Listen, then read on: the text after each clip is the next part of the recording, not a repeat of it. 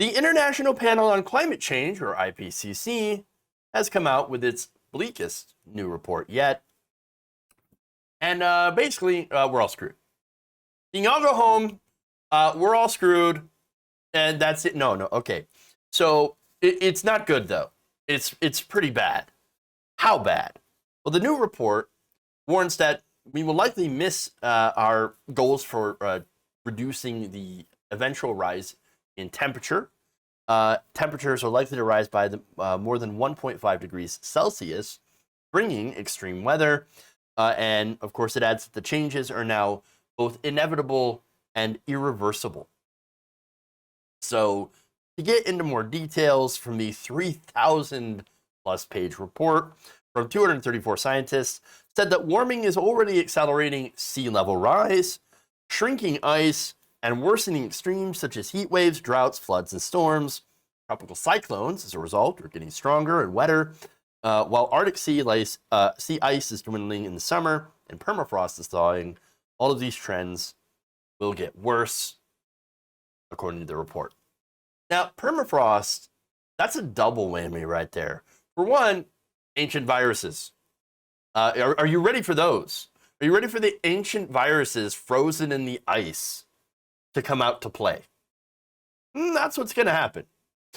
So that's a result of permafrost melting and also trapped carbon dioxide that has been encased in that ice in the permafrost for, tens of thousands or hundreds of thousands of years. Yikes.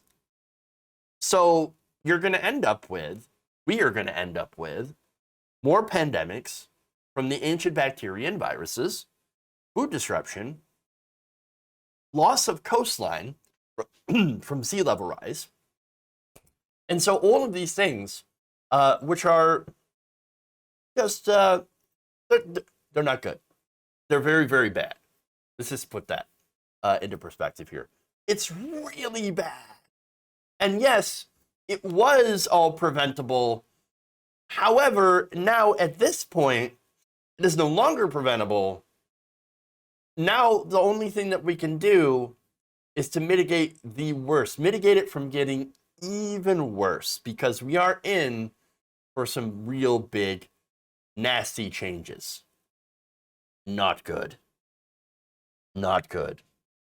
So now, an article from The Guardian points out that this summer, a lot of the places hit by weather disasters were not used to getting extremes, and many of them happen to be wealthier. So that's different here. So normally, up until now, climate change has really affected poorer nations more so than wealthier nations. Now we're seeing it catch up. So places like, for example, Germany and Belgium that are dealing with catastrophic flooding. We have 116 degree, heat records happening in Portland, Oregon. We've got temperatures in Canada, an entire Canadian town literally burnt to the ground as a result of being in a heat dome, gigantic wildfires, once again in California. Now you have southern Europe that is seeing massive temperatures, more wildfires, and the summer extremes is only getting started. It's going to get worse year after year after year. So the kind of heat wave that happened once every 50 years now happens once a decade. And if the world warms to an additional 1.8 degrees Fahrenheit, that is 1 degree Celsius, it will happen twice every 7 years, according to the report. They said, as the planet warms, places will get hit more, not just by extreme weather, but by multiple climate disasters that occur simultaneously. For examples, heat waves, droughts, and wildfires all compounding at the same time. Boy, does that sound fun. Real fun. Hey, but at least oil companies got record profits. Some harm from climate change, dwindling ice sheets, rising sea levels, and changes from the oceans as they lose oxygen and become more acidic, are irreversible for centuries to millennia, according to the report. So, yeah. Um, Rising sea levels from the dwindling ice sheets, of course. Warmer temperatures from that. You have more acidic oceans, which are, of course, say goodbye to lobster, say goodbye to shellfish, because the shells are literally dissolving as we speak. Gigantic ocean dead zones. Again, it gets worse and worse and worse. In fact, report co-author Bob Kopp of Rutgers said the world is locked in to get to 6 to 12 inches of sea level rise by mid-century. So that's for a half a foot to a foot of water. Now, maybe some of you think, it's not so bad. It's only a foot. Foot of sea level rise. Imagine your city under a foot of water. Yeah, just a foot, right? Can't do much under a foot of water. You don't really drive. Your house will be flooded, very likely. Stores are going to be flooded. Whole cities and towns. I mean, what do? If your town's constantly under a foot of water, well, then you can't live there. You're going to have to abandon the city, abandon the town. And those people, well, guess what? Those people are going to have to go somewhere, which means migration. Tens of thousands, hundreds of thousands of people, millions of people would have to travel inward to higher parts of the country. Think about it. If you lose just even a mile of coastline as a result of sea level changes, but you do it around the entire country, well, how much of that would be just devastating from a human perspective? Losing all of that area around the entire United States, not just the entire United States, but also around the world. The scale of destruction is unimaginable, unfathomable. But here it is. And by the way, if you care about the economy, your only concern is, but what about the jobs? What about the economy, the stonks? What do you think that kind of disruption is going to do for the economy? What's going to happen to the fisheries when you have these acidic oceans and all of these dead zones where no fish can survive because there's no oxygen? No crab and lobsters, as I mentioned, right? All of that stuff, that is in store for us. Irreversible. Irreversible. We must decarbonize immediately. Even so, the only thing we can now do, because we can't suck the carbon back out, we do not have that technology that is at least cost effective. So what are we going to do, right? Well, we have to mitigate so that we don't make things worse. And by we, I mean governments, obviously.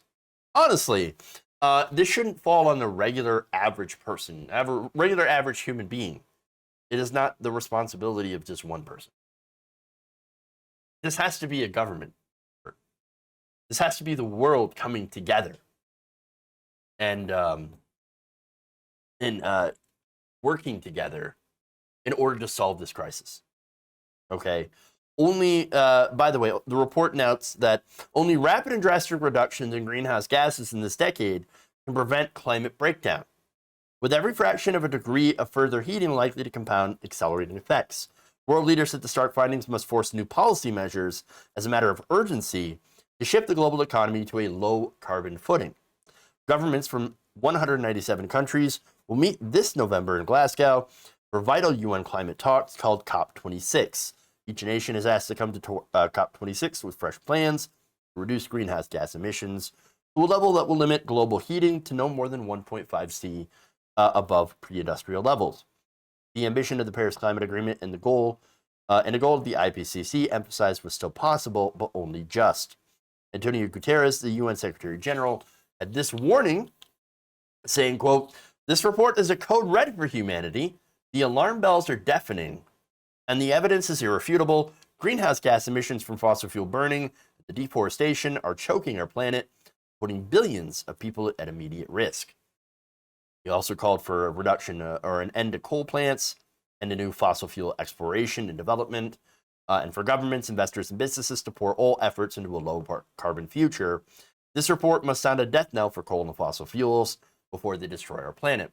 I just have to note that the American government right now, Senate just passed a $1 trillion infrastructure bill with all the climate stuff taken out in order to get Republican votes and the votes of people like Joe Manchin, who are literally owned by the coal industry, by ExxonMobil as well.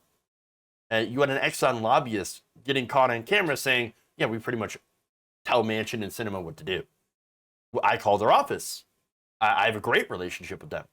Meaning, of course, that Joe Manchin takes their money. And by the way, Joe Manchin also gets paid double his salary from investments in fossil fuels. And so that's why all the climate stuff has been taken out of the bipartisan infrastructure bill. And that's happening today. That passed the Senate today.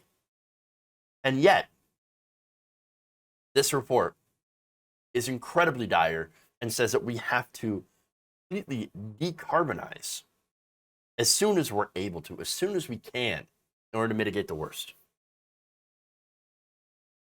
There's more. Doug Parr, chief scientist at Greenpeace UK, said, quote, "This is not the first generation of world leaders to be warned by scientists about the gravity of the climate crisis, but the last that can afford to ignore them. The increasing frequency, scale, and intensity of climate disasters that have scorched and flooded many parts of the world in recent months is a result of past inaction. Unless world leaders finally start to act in these warnings, things will get much, much worse." I have another quote.